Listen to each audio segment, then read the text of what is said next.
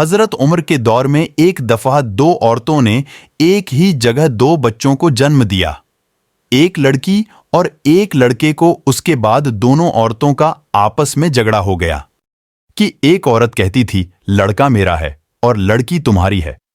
لڑکی تمہاری لوگوں نے جب ان کا جھگڑا دیکھا، جھگڑا اس دوسری کہتی تھی نہیں لڑکا میرا ہے، اور تو ان دونوں عورتوں کو حضرت عمر کے پاس لے گئے اور سارا قصہ بتایا اور کہا آپ ان میں ٹھیک فیصلہ کریں۔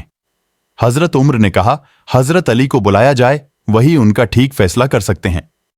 جب حضرت علی آئے تو لوگوں نے سارا قصہ مولا علی کو بتایا تو مولا علی نے فرمایا ان دونوں عورتوں کو ایک ایک چھوٹا برتن دو اور انہیں کہو پردے میں جا کر ان برتن میں اپنا اپنا دودھ لے کر آؤ۔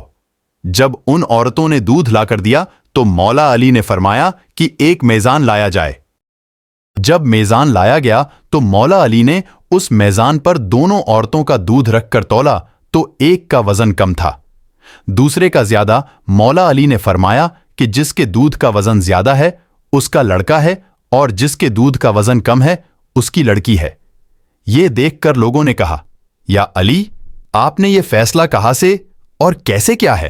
مولا علی نے فرمایا قرآن سے۔ سب لوگ اپنے اپنے گھروں میں جا کر قرآن کھول کر دیکھنے لگ گئے کہ کہاں لکھا ہے۔ دودھ والا قصہ رات بھر قرآن سے ڈھونڈ ڈھونڈ کر جب کسی کو کچھ بھی نہ ملا تو صبح سب لوگ مسجد میں جمع ہو گئے، اور جب مولا علی مسجد میں آئے تو لوگوں نے کہا یا علی آپ نے تو کہا تھا کل والا فیصلہ آپ نے قرآن سے کیا ہے، مگر ہم سب نے ساری رات قرآن سے ڈھونڈا مگر ہمیں کچھ نہیں ملا۔ مولا علی نے فرمایا کیا قرآن میں تم نے وہ آیت نہیں پڑھی کہ مردوں کا حصہ عورتوں سے 2 گنا ہوتا ہے؟ سب نے کہا ہاں یہ آیت تو ہے۔ مولا علی نے فرمایا اسی آیت سے ہی تو میں نے وہ فیصلہ کیا تھا۔ سبحان اللہ۔ اگر قصہ پسند آیا ہو تو ہماری چینل کو کمنٹس لائک اور سبسکرائب کریں اور شیئر کریں۔